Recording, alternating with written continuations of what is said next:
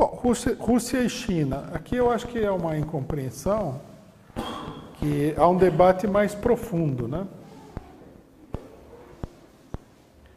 Rússia e China, que muita gente na esquerda considera de maneira absolutamente equivocada como sendo países imperialistas, não tem poder nenhum dentro das instituições de Estado brasileira. A Polícia Federal brasileira é controlada pelos países imperialistas centrais, Inglaterra e Estados Unidos. Até de uma maneira institucional, pelas ligações com a Interpol, convênios, com o FBI, etc. e tal. Pois é evidente que esse Moro aí é um office boy do imperialismo norte-americano. Qualquer pessoa pode ter isso aí de longe. Mas não é só o Moro. Houve denúncia de que o Temer ia pedir a bênção na embaixada norte-americana, de que quem que era outro? O Cunha ia pedir a bênção. Devia ter até uma fila, né? Parlamentares brasileiros pró-Estados Unidos, que fila, né? E aí tinha passaporte e tal. Quer dizer, eles têm uma influência muito grande. Por quê? Porque são países muito poderosos, né? Pelo capitalismo, pelo desenvolvimento capitalista que ele tem, pelo controle de mercados, etc. e tal, que tem condições de controlar governos inteiros. A Rússia não tem esse poder.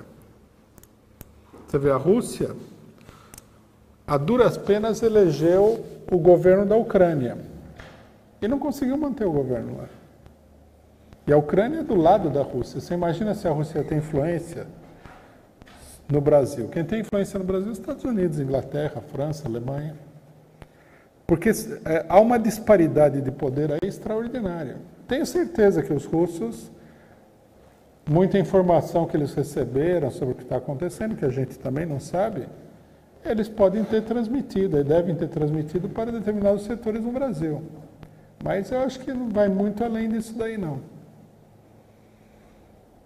A Rússia está sofrendo um estrangulamento aí com um bloqueio econômico da União Europeia e dos Estados Unidos. Isso daí o pessoal é muito confuso, né? Imperialismo significa controle, dominação. O mundo é dominado pelo bloco imperialista. Existe como se fosse uma espécie de parlamento, né? O imperialismo inglês, francês, italiano, norte-americano, japonês, etc. e tal, eles controlam o mundo. E é só. O resto é tudo dominado. Os russos, inclusive, eu não falei disso aqui, vou falar numa próxima oportunidade, que é um tema importante. Saíram notícias aí de que o governo russo está mudando a política econômica do país.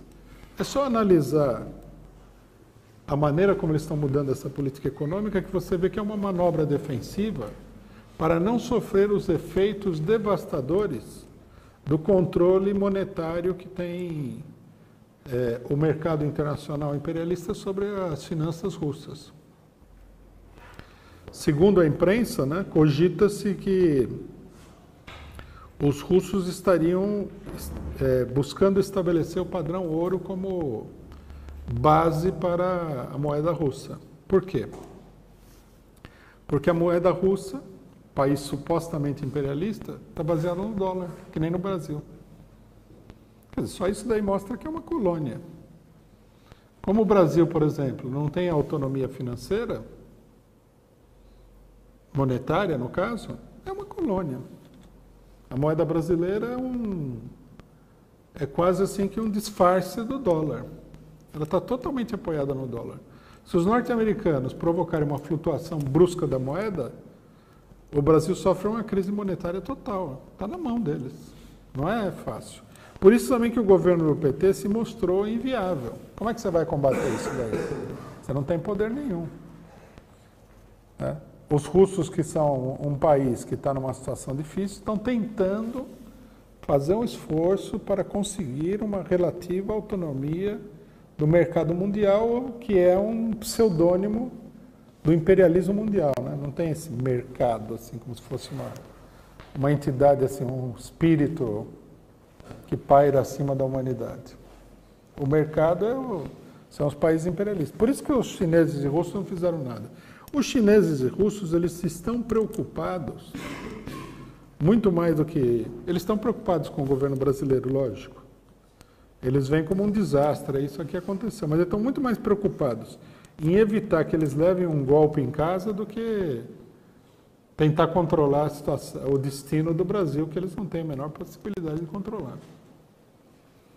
E eles sofreram várias tentativas de golpe de setores infiltrados do imperialismo. É lógico. Vocês viram na Turquia. Saiu a denúncia de que um cidadão saiu com uma mala aí, com $1 bilhão para corromper os generais que organizaram o golpe na Turquia. Vocês imaginam o que é isso? É um debate.